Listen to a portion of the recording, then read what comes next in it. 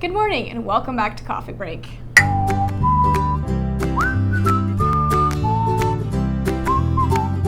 I think it could be possibly the greatest mystery in the literary world is how do you get published when you've never been published before?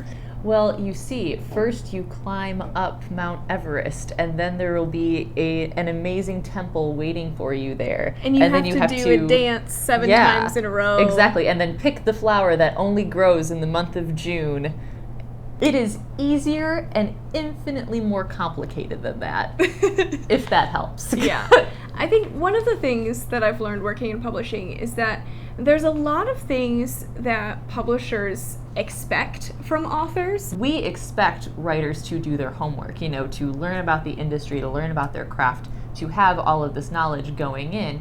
And of course, you're not quite sure of what you're doing, even if you've done that as a first-time author. Mm-hmm. So yeah, we're going to help you out with some tips on submitting manuscripts to publishers. Yeah, and a little caveat, this might not be exactly the same for all children's book publishers. Mm-hmm. I think a lot of these tips will be across the board, but these might include our personal nuances as well. And we're also not promising to get you published. That's, true. Yeah. This will help, but yes. It really just comes down to your writing skill. Mm-hmm. So, first of all, we want to say it is in your best interest to work with a literary agent. Mm-hmm. Agents will be your advocate. They help you work with a publisher, they help you do your research, and they're just on your side. Right. Agents have tons of connections, and we trust agents to pick out the best work that they see and present it to us. So if you find an agent and your agent presents your manuscript to us, of course we will take a look at it. We'll trust you because we trust them. Exactly, yeah. But it's not always easy to find an agent. Most agents only sign on maybe 1 to 5 clients a year. So it's really, really competitive, really tough. So here are some tips on getting your manuscript published if you're not working with an agent. Obviously, the first part is to make sure you have a good manuscript. Don't send us your first draft. Yeah, don't think oh, well, these are editors, so they'll be able to see all of the hidden potential in this, so I can scribble this in 5 minutes and send it off. No. If you want to do 5 minutes of work and expect to be published, we're not going to expect that you're going to want to do all the rest of the work. Yeah, I mean, to write something really quickly, it doesn't show that you're taking this seriously. And we don't know anything about you, so if you're not giving us your very best work, we're judging you on less than your best work. Right. Which is not something that is in your interest. Right. So yeah, I would suggest, studying your craft, maybe taking a few writing classes to make sure you understand plot and character and pacing and tone and all of those other things. And then revise. Yes. So while you are revising and perfectly crafting your manuscript to get it ready for submission, here are some things to consider. Be careful with rhyme. Yes. Yeah. Rhyme scheme. I know people think, oh, it's a picture book. Kids love rhymes and Dr. Seuss, and they'll love this. It's cloying, it's clunky, 99 times out of 100, it's going to hurt your story rather than enhance it, which is not what you want. Yeah, I think rhyme can be done very well, but chances are, especially if you're a first-time author, you don't know how to do it well yet. So just err on the side of prose. Another thing I see people doing a lot is the manuscript talks down to kids. Don't underestimate your readers. Kids are very, very smart.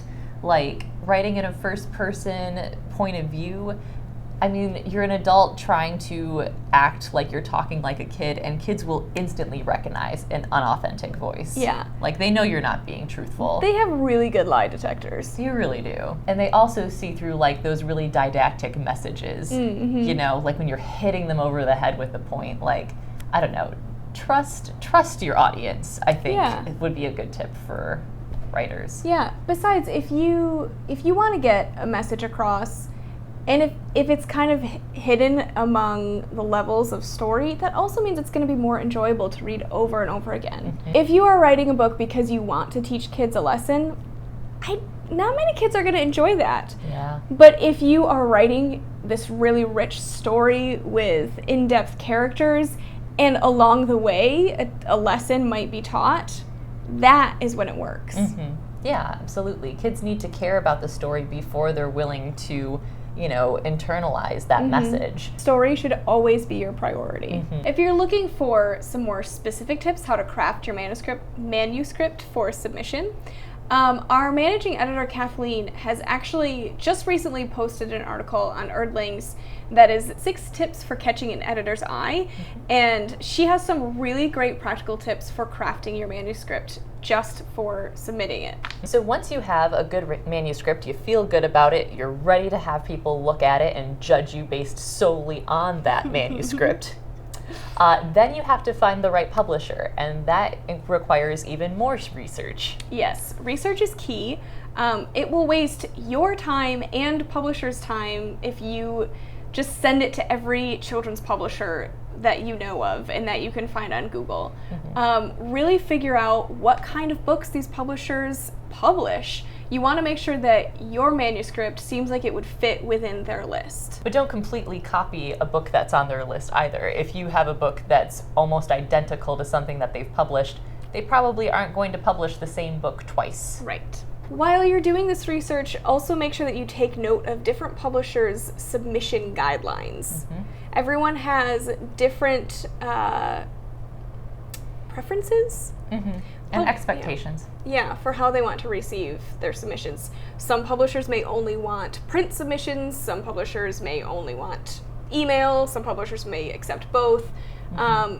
Just to really put your best foot forward, make sure you follow the guidelines that they have listed on their website. So you've got a good manuscript, you know where you're sending it, now you have to write a query letter. And it's important to have a good one. Yeah, so yes, you want your work to be judged on the manuscript and you want that to stand for itself. But especially if you're sending in an email with with your manuscript attached, your email will be read first. Yeah, the query letter is the first thing they read. It's the very first impression they get of you. So it's important to take it seriously. It's important to stand out. You want to show that you know what you're talking about, you have something interesting to say, you know what you're doing. You don't want it to stand out with lots of color and glitter and Please don't spend a lot of time choosing the most interesting font and colors.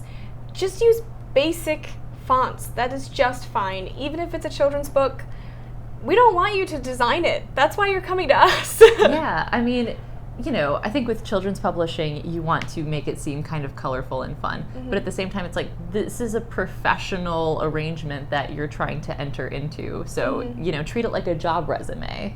Right. So what your query letter should include, a brief description of your book, an explanation of how it fits into the publisher's list, why you chose that specific publisher, your credentials and your background. So if you are, a PhD professor at a local university, if you have a blog that sees, 500,000 viewers every month, these are things to include. Your credentials are worth mentioning because that gives us a good idea of where you're coming from, but also especially if you have a lot of connections, you already have a big online following, that may not on its own convince us to publish you, but if we're interested in your manuscript and we know you have a platform already that we can engage with for our marketing phase, that might be the tipping point. Right. Some things to avoid. Empty flattery is a good one. You can say why you respect the publisher, maybe some books that they've published that you really like and you're trying to emulate. I mean, don't say you guys are the greatest in the world, I just want to be just like you. If it's hyperbolic, we're going to be suspicious. Yeah. But also on the other side, don't act like we have already agreed to publish your book. Don't be too arrogant. That's not going to endear anyone to want to work with you. Right. Be respectful, be professional, be courteous, I guess. I mean, basic ideas, but you would be surprised at how many people kind of fail to do those things. Something that I don't think is necessarily intuitive for authors is don't include illustrations. I mean, unless you're a professional artist as well. Right. But yeah, I mean, don't feel like you need to dummy up your picture book or have really extensive art notes on exactly what you're picturing. Yeah, that's definitely something that I didn't realize. I mean, I never tried to submit a book, but I think that's probably the biggest question is, I'm an author and I want to publish a children's book, but I can't draw a thing, don't even try to draw it then. No. Just submit the text. Yeah, authors actually have very little say in who illustrates their book and what the illustrations end up looking like, which surprises a lot of people. Yeah. If you're submitting this to a publisher, you're already saying, I trust your opinion more than my own on what this book should look like. Right, yeah. And yeah, I mean, publishers, the thing is that, like, they have a lot of connections to illustrators. Like, generally, I like to think we are good at finding a good illustrator to match the book's tone and ideas. Yes. So, if you are a writer-illustrator, by all means, submit as much as you want to give. If you have a friend who is an illustrator, or if you have an illustrator in mind, still only submit your text, but once the text is accepted, you can suggest your friend. There's no guarantee that they will be chosen, but there's certainly opportunity for that. Or just an artist you admire. We always try and take the author's suggestion seriously, you know, but we certainly can't guarantee that we'll choose them ultimately.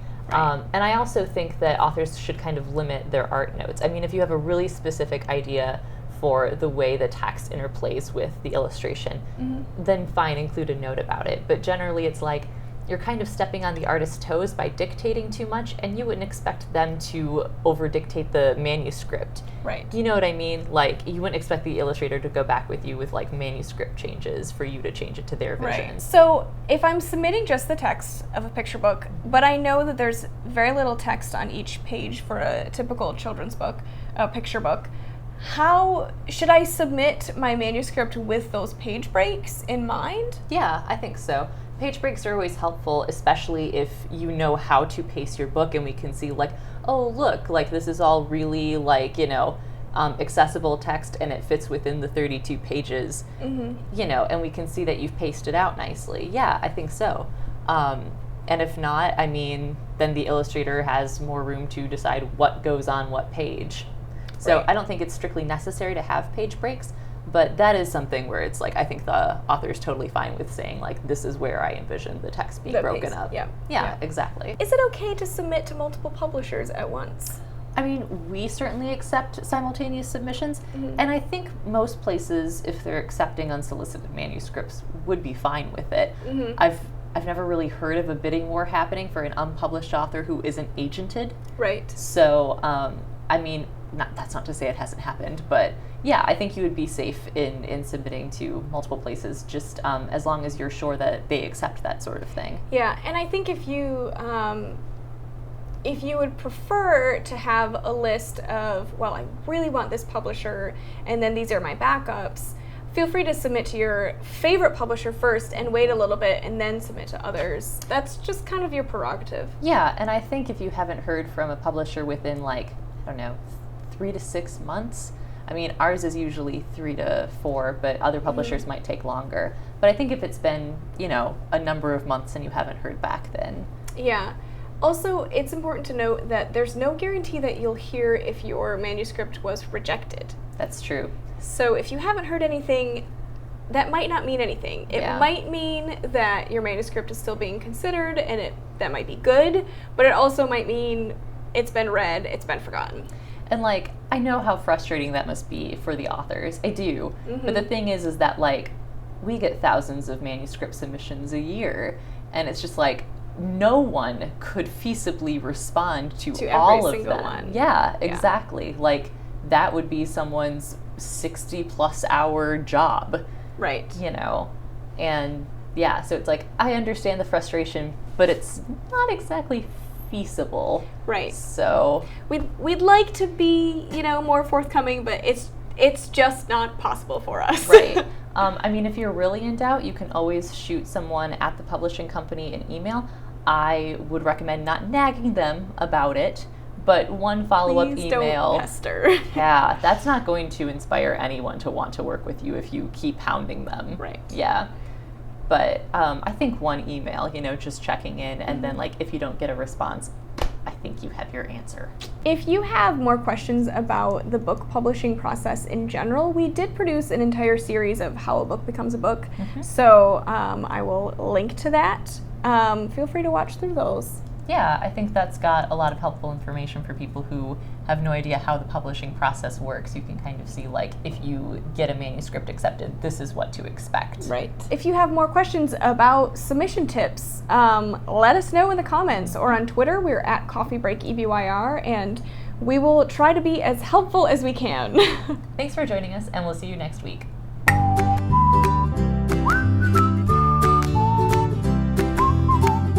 If you can be Batman, then we will publish you. How about that? This is not a promise. That is not a binding statement.